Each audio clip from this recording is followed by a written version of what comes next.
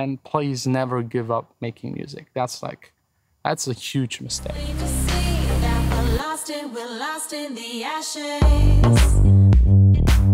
Welcome to the vlog today. Busy day, kind of, because like 1 day per week, I just want to focus on practicing music. Right now, piano, starting tomorrow, the drums, also learning how to sing, which is like the cringiest I've ever tried in my entire life. But as a music producer, these skills will help me, at least knowing the basics of them or a little more, to make better music. If you understand every part of a song, you can just elevate it a little. And when you work together with people, you can communicate what you need.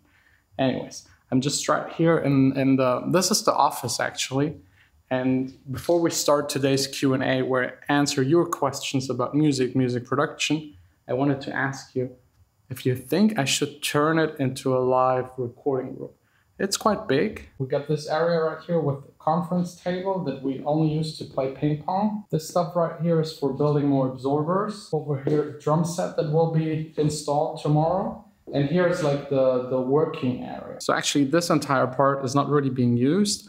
And this part is, due to COVID, also not really being used.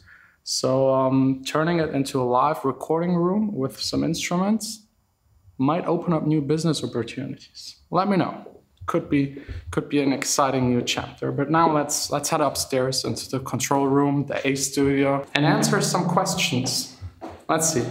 This is always very exciting. First up, what is in your opinion the most important skill when making music production? Music, that's it. I think every person out there that wants to start producing music should at least learn an instrument like the first half year to a year, just to have like the basics. You don't need to be able to read like sheet music. You don't need to be like a full mega nerd when it comes to music theory. You don't have to be very skillful, but like a basic understanding for notes, for harmony, knowing what chords are and versions of chords, like knowing what kind of melody goes along which kind of chords, knowing which kind of key a song is in, tempo, rhythm, all of these things you'll learn in the first year and have like an understanding for it. There are way too many people out there that are music producers without any of these kind of skills, which is very limiting. Like I learned everything a little, which was fine. And now after 10 years, I feel like it's not enough. I want to take it to the next level and understand all of these instruments more. And COVID right now, anyways, everything's kind of boring. So I'm using that time to educate myself and learn more instruments to understand them fully.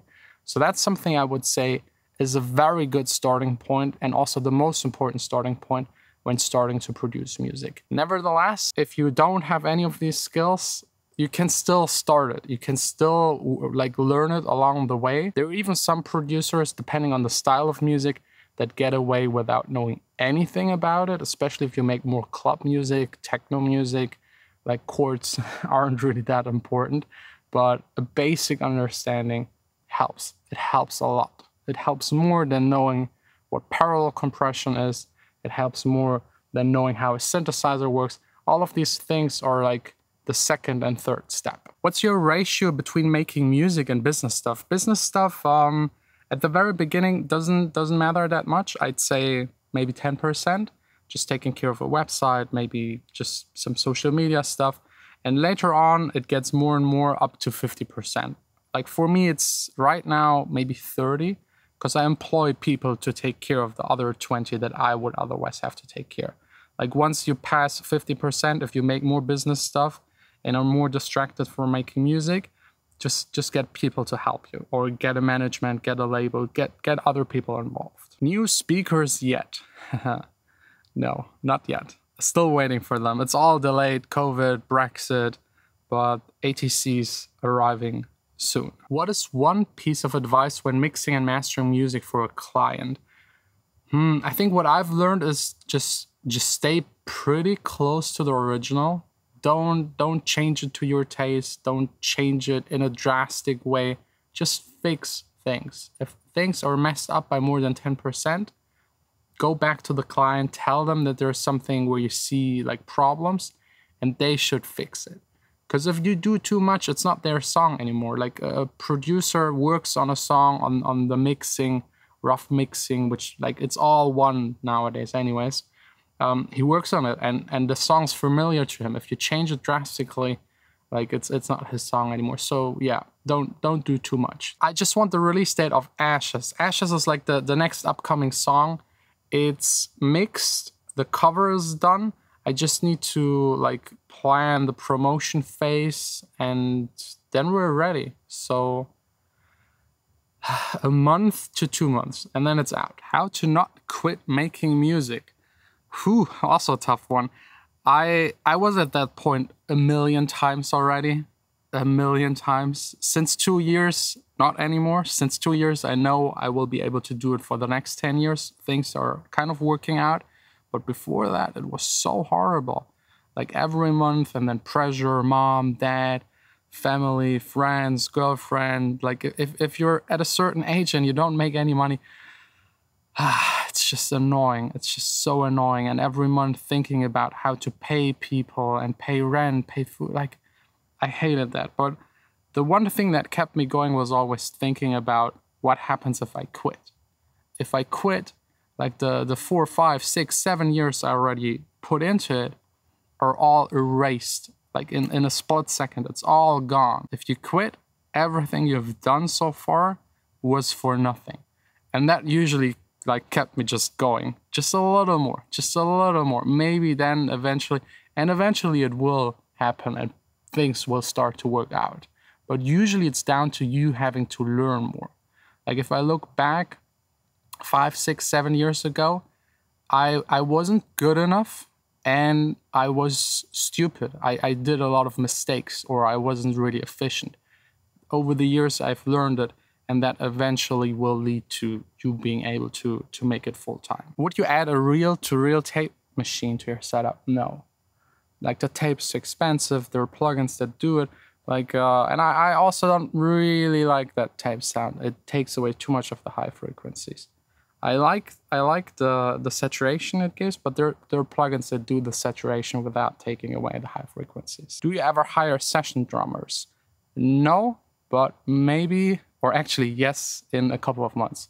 We're building up a live drum set down below, as I showed you, and we'll have drummers here to actually do stuff for sample packs, and also like have like real drum loops and use them in production. Will your artistic musical style change with all of the new gear? No, the thing is, it's the other way around. I decided to narrow down my musical style to a certain style that I really love and developed over the years.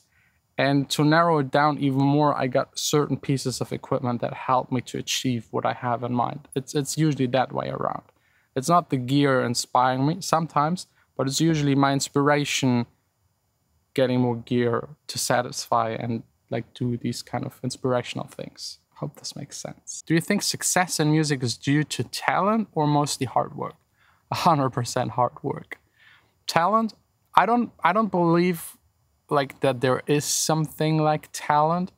If let's say you're like, I don't know, 15 years old and you're good at singing, it's probably because you learned it in your early years, or you had like musical contact, someone in your family or stuff like that. That's not really talent. You learn it. Playing the guitar, you don't have talent for it. Like holding a G chord is awkward for every human being. There is no talent for it. Maybe having longer fingers or thinner fingers for playing the keys and stuff, but that's like just at the very top 1%. Like if you want to be a classically musically trained pianist in front, concert, big stage, like the real classic super nerd piano stuff, then maybe yes, like having 3-4 millimeter longer fingers might make a difference, but in like 99.9% of the cases not. So it's really down to you working your ass off. And if you work harder than everyone else, it will pay off, 100% promised. That's just how things on this planet work. So keep on working hard, keep on practicing, keep on developing, keep on thinking, and please never give up making music. That's a huge mistake. So stay tuned. Tomorrow, another vlog here in the studio. There is more gear coming, and we'll assemble the drum set and play it for the first time. So see you tomorrow. Sign out.